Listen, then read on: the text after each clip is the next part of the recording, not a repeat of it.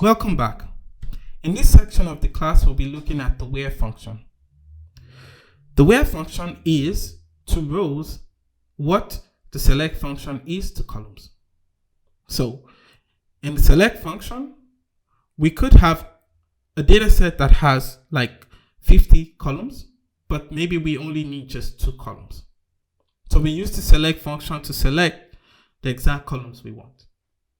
However, in the row column, in the where function, we use the where function to select the exact rows that we want to see.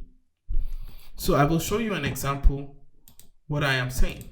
So first, we pick out of the Bigquery public data set, we decide to pick the crime folder. So basically the Chicago crime. When we look at this data set, we can see that it has a couple of, fields. And then when we look at the details, we can see that this data set has like 7 million rows.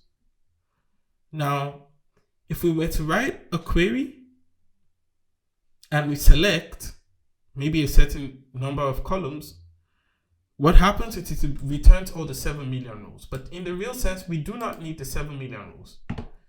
Maybe we need just a section of it. Part of what we could need in this data set, in this crime data set, maybe we only want to see the crimes that happened in the year 2015. And for this reason, we don't have to, draw the 7 million rows. So in this case, we use the where function to basically limit the data set to exactly what we want to see, and then exclude whatever we don't want to see. So how do we do this? So from the data set, we could just click the query button, and then immediately we have a select. So basically we could decide to select star if we want to see all the fields, and then we could decide to run the query. But if we were to run this query as it is, so basically we see like it's selecting star from the data set. But if we were to run this query the way it is at the moment, it will return 7 million rows. But then we only need to see the data set for 2015. So because of that, we can include the where function. So the where function basically limits the data set to only 2015. So we say where year, for instance, year is one field. So we are selecting all the columns from the data set where year is equal to 2015. Now, immediately we do this. If we were to run the data set like this, then we get all the data sets back.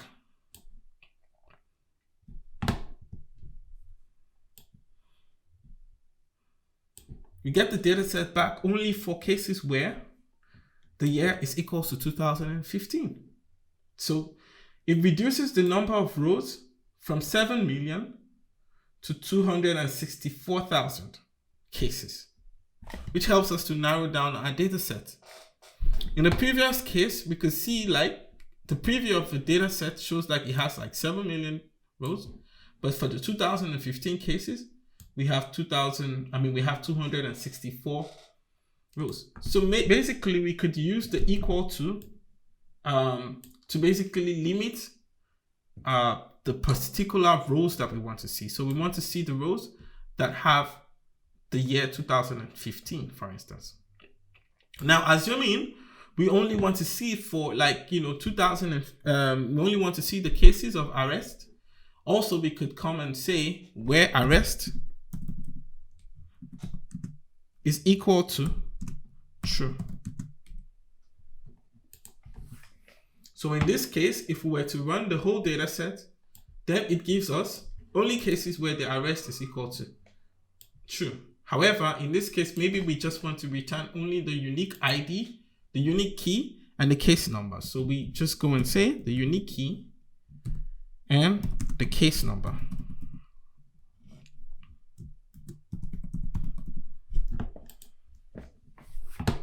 So when we run it now,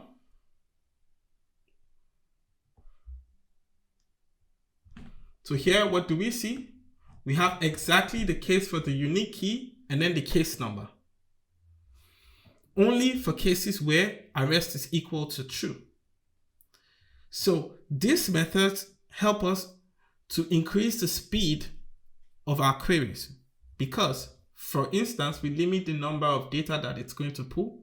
So when we select fewer rows, when we select fewer columns, which is fields, we can reduce the size of the data because we have fewer columns. And then also when we limit the number of rows to the ones that is specific to our interest, then also we can help to reduce the number of, the size of the data that we are pulling as well.